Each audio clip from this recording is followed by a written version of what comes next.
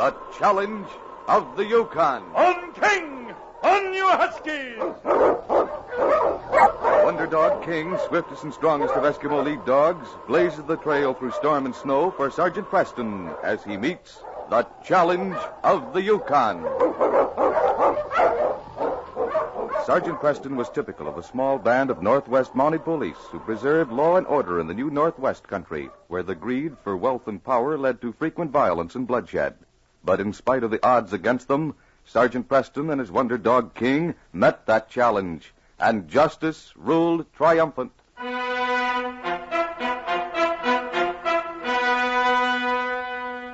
Sergeant Preston of the Northwest Mounted Police was reporting at headquarters. As he talked to Inspector Grayson, his great lead dog King, a huge silver-gray husky, lay quietly in the corner.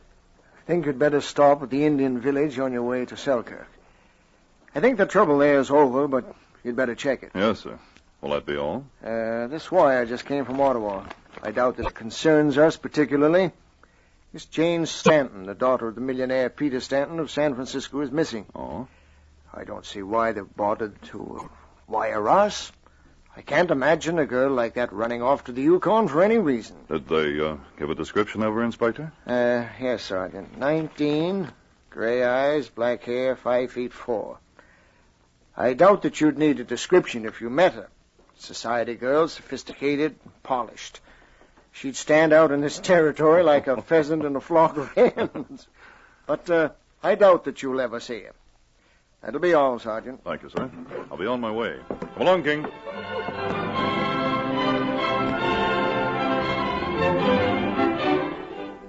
But I tell you, I don't want that stuffy little room in the back. It's dirty and the window's nailed shut. You must have something else in this horrible place you call a hotel. Lady, I told you when you came in there wasn't any room. This is the Yukon. I told you I'd pay twice as much as anyone else pays for a room. In fact, I'll pay anyone to get out of the room and let me have it. Something wrong, Jack? Hi there, Ned. Maybe you can explain to this lady that here in the Yukon, rooms in a hotel are as scarce as feathers on a hog. I give her the only room I had, but she You complained... call that a room? Speaking of hogs, that's certainly the spot for them. Have you a room here? Well, yes, sir, I'll pay you anything you ask if you'll give it to me. And I'll pay what you already owe on it. Of course, miss, you don't have to do that. Me and my partner was going to check out anyway. A bargain's a bargain. Here, help me with this baggage. We'll go to it right now. But my partner's having a little snooze. We're starting... We'll wake him up. I'll make it worth his while. Come on.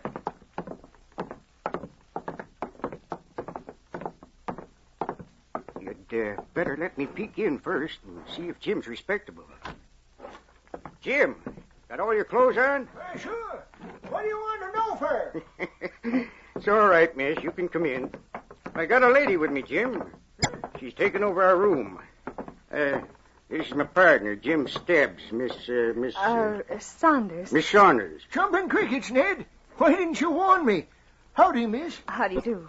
Say, I ain't seen anything as pretty as you since I was a young fella. And that's at least 40 years ago. Well, thank you. How come you're up in this godforsaken place? I guess I really shouldn't have come.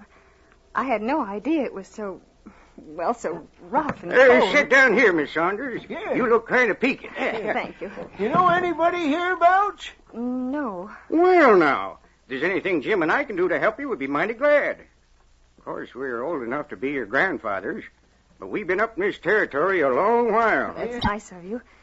I guess I'm going to have some help. I'll pay you well. Why are you always talking about paying for everything? Pay us to get out of the room, pay us to help you, when all the time we'd like to do it for nothing. Well, sure. That's very nice of you. Would you mind shutting the door while I talk to you? Well, of course I will. I hope you can keep a secret. Lady, for anything as pretty as you, Jim and I would have our tongues cut out. Just so. I don't know just how to tell you this. You see, I came up here looking for a man. You mean a husband? Ain't there enough of them in your hometown? Oh, no, not just any man. This man's the one I want to marry. Oh. You see, my father's very wealthy. And Paul, the one I'm trying to find, is very poor. He worked his way through college. He's a mining engineer. Well, he's in love with you, ain't he? I don't see how he could help it. Yes, he's in love with me, but he's very proud. He can't seem to realize that I have more than enough money for both of us. He said he wouldn't come back until he'd made a fortune and could feel independent. Well, sounds like a pretty smart young fella. Wants to stand on his own feet. Can't blame him for that. Oh, but the thing he doesn't realize is that it may be years before he does it. I found out that he came up here. I guess this is the one place where a fortune can be made in a hurry, if you're lucky. If you're lucky, he's right. Ned and me have been up here for 10 years, and all we can do is scrape up a bare living. Yep, we got a claim that just feeds us. We thought we had a mine once, but the gold vein stopped after we just about dug our fool heads off. The thing Paul didn't realize is that I'm perfectly willing to go through all the hardships with him. I thought if I could find him up here, I could convince him, and he'd let me stay. I said back there at the desk that you was a determined young woman. My grandfather made his fortune in the California gold rush. My grandmother was right with him. I've got their blood in my veins, and I'm not soft in spite of all the money I've had. I can ride and I can shoot. And I can take anything that any other woman or man, for that matter, can take. By golly, you're a girl after my own heart. We'll help you find this Paul of yours, and when we find him, we'll try and pound some sense into his head. Jim and I know every Indian prospector in Escobar within 50 miles of here. You just let us smoke around a while. We'll find him. Now, you better stay here in the hotel for a week or so. You'll be more comfortable. Our cabin's kind of small, and when we find him, we'll come for you. There's one thing that worries me. Yes? My father in San Francisco doesn't know where I am. He naturally wouldn't approve of this. I left a note, but I didn't say where I was going. And he's probably trying to find me. Well, he sure won't be looking for you way up here in the Yukon. You don't know my father. He's a very determined man. Well, I'll tell you what we'll do. I'll draw you a map. Tell him how to find our cabin. If you get worried, you just come out there. It's way off in the wilderness. And nobody'd think of looking for you there. Oh, that'll be fine. I'll buy a compass, and I'm sure I can find it if necessary.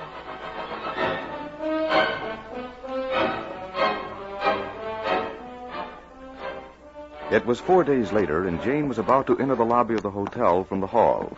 Suddenly, she drew back at the sight of a Mountie talking to the clerk. Beside him was a huge gray dog. Jane listened intently. That's about the only unusual thing that's happened around here since you were here last, Sergeant Preston. You say this girl's about 19? Yeah, she's high class, too. Don't know what she's doing around here. She don't leave the hotel much. Did she register from San Francisco by any chance? No, she didn't say where she's from. If you come back around supper time, you can get a look at her. She eats in the restaurant. Thanks, Jack. I'll be back later. Come on, King.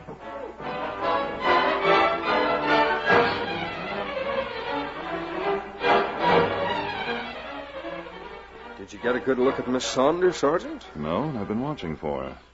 She didn't appear in the restaurant at all. Have you seen her? No, that's funny. Wonder if she's sick or something. Perhaps we'd better go to her room and find out. Where is it?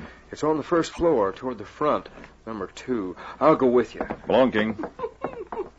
You're sure you didn't see her go out? Not this afternoon. She always appears around supper time. Well, she may not be the girl I'm looking for, but that description certainly fits. Here's a room. Miss Saunders? Miss Saunders, are you all right? She's not in there, Jack. And there's a cold draft under this door. Her window must be open. I've got a pass key. Do you want me to open the door? Yes, I think you'd better. She sure ain't in here. And you're right, the window's open. I think the little lady went out this window. Hand me that lantern, Jack. Here you are. Thanks. Yes, she did jump out this window. Her tracks lead back to the hotel. Now, why do you suppose she did that? I don't know, but I'm going to find out. There's a blizzard coming up. That young lady may be getting into trouble.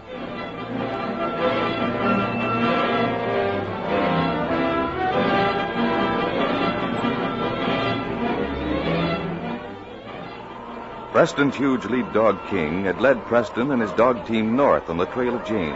The wind had risen and was blowing the snow at them in great gusts. Then suddenly King stopped up ahead and barked. Oh, hi, you huskies! What is it, King? Help! Help! There she is. We're coming! Oh, help me, please. I'm lost. I've been on your trail for hours. Are you all right? I'm so tired and cold. My hands and feet feel numb. Can you walk back to my sled? I must get you to shelter as soon as possible. I I was trying to find a cabin. Ned James and Jim Stebbs. Well, you were going in the wrong direction, young lady. But their cabin's closer than anything else. Come on, I'll take you there.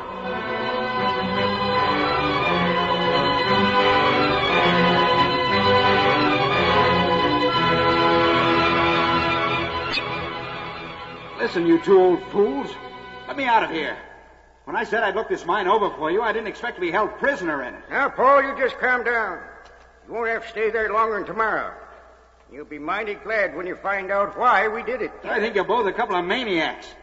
If I ever get out of this mine shaft, I know two old goats who are going to be mighty sorry they locked me up. Well, you're perfectly comfortable, ain't you? You got lots of food, a lantern, a sleeping bag. We just give you some hot soup through this hole in the door. I don't care how comfortable I am. I want to get out. Well, I'm going to town in the morning as soon as this storm is over. When I come back, we'll let you out. Come on, Jim. We better get back to cabin. You're as crazy as a pair of bedbugs.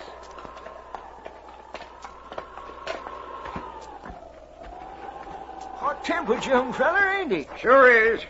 Can't blame Miss Saunders for liking him, though. He's big, good-looking, and mighty smart. I felt kind of guilty getting him into that old abandoned mine. He was so serious about looking it over. Hey, that's a dog team. Wonder who's out in this storm. All there. Gee, that's Sergeant Preston. Hello, Sergeant. I found a young lady wandering around in the storm. She seems to be looking for you two. It's Jane Saunders. I got lost looking for your cabin. Miss Saunders. Jim, you go get Paul right away. I sure will. We found him for you, Miss Saunders.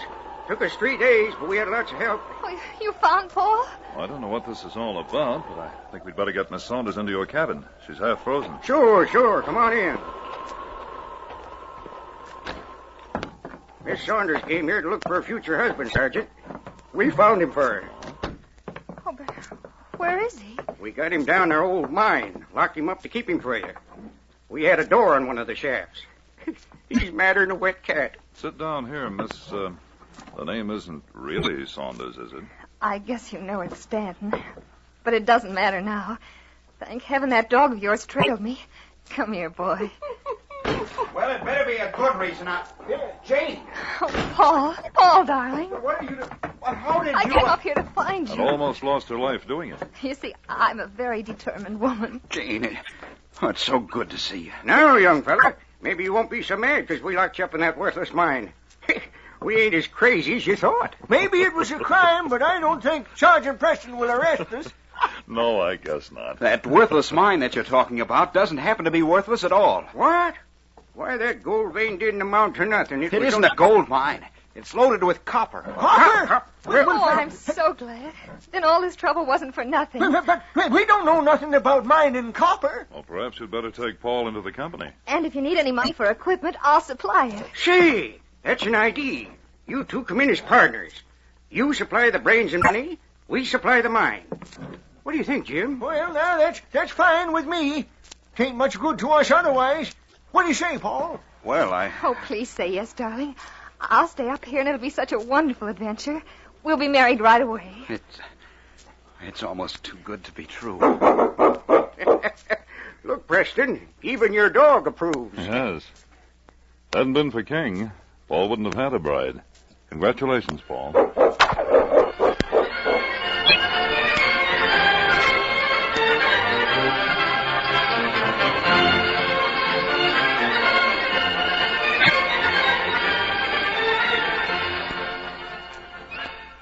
These copyrighted dramas originate in the studios of WXYZ Detroit, and all characters, names, places, and incidents used are fictitious. They are sent to you each week at the same time and reach you from our transcription studios. Hugh Holder speaking. This is the Michigan Radio Network.